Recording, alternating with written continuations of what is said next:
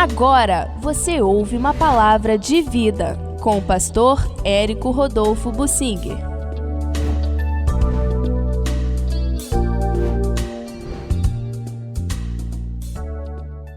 O que visava Deus ao dar vitórias a Davi por onde ele ia? Esse texto aparece na Bíblia em vários lugares. Eu quero ler em 2 Crônicas, no capítulo 18, o versículo 13. Depois de relatar muitas vitórias que Davi teve em campos de batalha, Davi trazia todo o despojo desses países. Às vezes punha guarnições lá para acompanharem o povo e receber os tributos. Em geral, Davi colocava gente lá para governar do seu próprio povo, apenas queria que eles pagassem um determinado tributo. E assim ele fazia com todos os países vizinhos que ele conquistava. Nenhum desses países Davi incorporou ao país de Israel. Davi tinha a sensatez, o entendimento de Deus que o território de Israel era somente aquele. Eles costumam dizer o Eretz Israel, no hebraico, o Israel inteiro que Deus prometeu. Davi se limitava a esse Israel. Toda a terra restante, vizinha, era Edom, era Amon, era Moabe, era Síria, era a Fenícia, eram os filisteus, continuavam com o nome deles, a língua deles, o jeito deles, a população deles. Porém, como estavam debaixo do domínio de Davi, eles pagavam um tributo.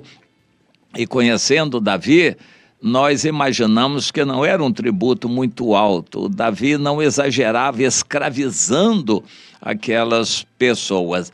Davi devia estabelecer um tributo palatável, aceitável, e aqueles povos assim perderam a sua autonomia, serviram a Davi, tendo um governante deles ali que dava uma certa liberdade para eles produzirem, e de tudo que produziam eles pagavam uma percentagem, um determinado tributo a Davi.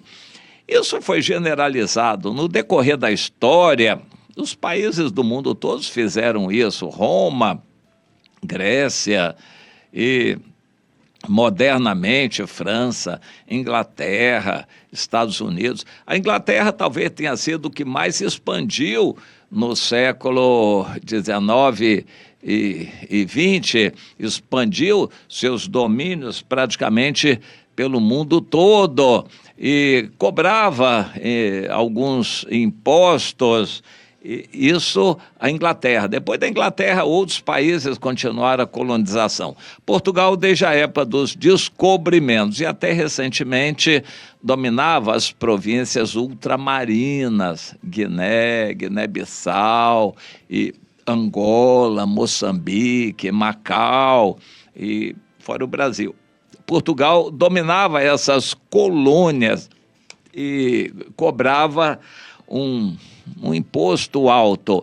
Recentemente, até hoje, a França ainda tinha países na África dos quais cobrava pesados encargos. Esses países estão se rebelando em nossos dias contra essa exploração que a França trazia para eles. Eu estou citando isso como exemplos de que até hoje, modernamente, existe esse tipo de colonização. Davi não queria expandir Israel até esses países, apenas cobrava impostos. Mas o versículo 13 diz que ele incluiu o Edom nessa região de domínio. Isso é muito importante, porque na região da conquista, saindo do deserto do Egito, do deserto e entrando na terra de Canaã, Israel foi proibido pelo Senhor de fazer guerra a Edom naquela época. Porém, mais tarde Edom fez guerra a Davi, e Davi então venceu os edomitas também. E a Bíblia diz nesse versículo que o Senhor dava vitórias a Davi por onde quer que ele ia. Vamos entender isto. Davi tinha vitórias porque ele era do Senhor, ele consultava a Deus sobre a propriedade de fazer aquela guerra ou não. Davi não se metia numa guerra por conta própria. Ele consultava a Deus, era o Senhor quem o dirigia para aquilo. Por exemplo, Davi nunca fez guerra contra Saul. Embora fosse a coisa mais apropriada, humanamente falando, Davi nunca fez guerra a Saul. Ele fugiu, se escondeu, correu de Saul. Ele não queria enfrentar o rei Saul e, por causa disso, fugia. Mas quando o rei fez guerra contra todos os países vizinhos, porque eles fizeram guerra a Davi.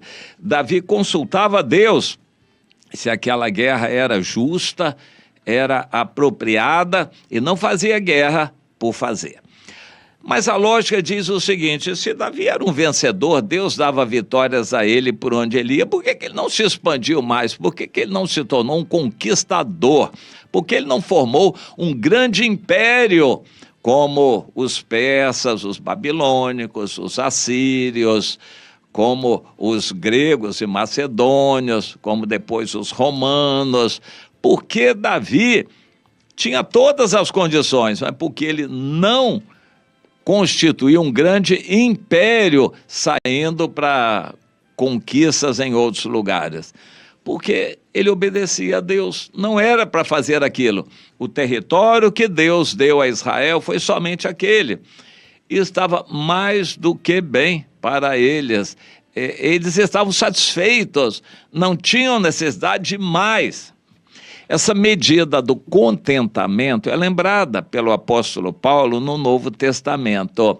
O cristão precisa ter uma medida do contentamento. Se Deus está dando a você o pão de cada dia, por que você vai querer garantir o pão daqui a 6 meses, 1 ano, 10 anos? Por que você vai ficar fazendo poupanças, investimentos para o futuro? Se você sabe que Deus está dando para você o necessário agora, mas está sobrando, então invista em outras pessoas, na obra missionária. Gaste o seu dinheiro lançando pão sobre as águas. É assim que a Bíblia nos ensina. Esse é o bom investimento. Com a riqueza deste mundo, o dinheiro que você tiver, ganhe almas, evangelize, faça amigos, invista na obra missionária. O que você tem, invista na obra missionária, em ganhar almas. Jesus diz: com as riquezas deste mundo, faça amigos, para que quando as riquezas faltarem, os amigos recebam você nos tabernáculos eternos. Ganhe almas. Se você não está podendo diretamente, financie, ajude quem está ganhando almas para o reino de Deus. É o melhor investimento esse. Bom, Davi tinha medida do contentamento. Já que conquistamos todo o território que Deus prometeu, para que a gente vai querer conquistar mais, só de olho grande, de soberba? Vamos nos limitar ao que Deus nos deu. Vamos nos contentar com o que temos. Líderes, pastores, deveriam ter a medida do contentamento. Meu irmão, você só tem capacidade de cuidar de 50 pessoas? Para que você vai querer uma igreja de 500 pessoas? Para não cuidar, para tratar mal, para estarem praticando carnalidade na igreja, você não vai ter condições de liderar aqueles 500, porque você não se contenta em cuidar bem dos 50 que Deus já deu. Minha irmã, você tem o necessário para o seu sustento, porque você vai querer juntar mais dinheiro para o amanhã, que possivelmente nem vai chegar? Porque você quer ir além do contentamento. Basta o dia de hoje. O que Deus dá é suficiente para agora. Você tem aposentadoria, tem aí o pão de cada dia. Por que você vai querer ficar juntando propriedades, patrimônio, investindo? Use esse dinheiro para ganhar almas para o reino de Deus. Então, entendemos que Deus deu a Davi medida do contentamento. Era também para ele não se engrandecer, não se envaidecer. Ora, com o que ele já tinha em Israel, ele já se envaideceu. Tentado por Satanás, ele mandou levantar o censo de Israel para ele saber o número, de pessoas. Isso já foi um arroubo de vaidade de Davi. E se ele conquistasse o mundo, então ninguém segurava o Davi de tão soberbo que ele seria. Deus não deixou ele ir além para ele não se engrandecer. Deus queria que ele agradecesse aquilo que tinha e cuidasse bem dos irmãos que ele já tinha, a família de Deus. E então nós entendemos isso. O cristão não é para conquistar o mundo, não é para sair ganhando muitas coisas. A igreja não é ilimitada, não. Você colocou num lugar, é para abençoar o povo daquele lugar. Mas você está com bênção demais, então abençoe as outras igrejas que estão aí ao seu lado. Abençoe os outros que estão à sua volta. Por que você tem que crescer, aumentar a igreja, alargar as portas para inflar, encher de gente, ficar contabilizando números, se você não tem capacidade de cuidar direito daquelas pessoas? Você vai dar contas a Deus daquilo ali, porque você está com essa ganância toda. Então vamos aprender com Davi. Deus dava vitórias a Davi por onde ia, mas ele parou. Foi só até onde deveria ir. Ele não foi além. Aprenda isso, minha irmã, para você não ir além. Meu irmão, não queira ser mais do que Deus tem dado para você. Se contente com aquilo que Deus tem dado e cuide bem daquilo que Deus tem dado a você, porque Ele vai pedir contas. Cuidado, Deus vai pedir contas a você. Ame, sirva seus irmãos, cuide bem dos irmãos que Deus já deu e cuidado com o olho grande, cuidado com a ganância e o desejo de ser grande demais.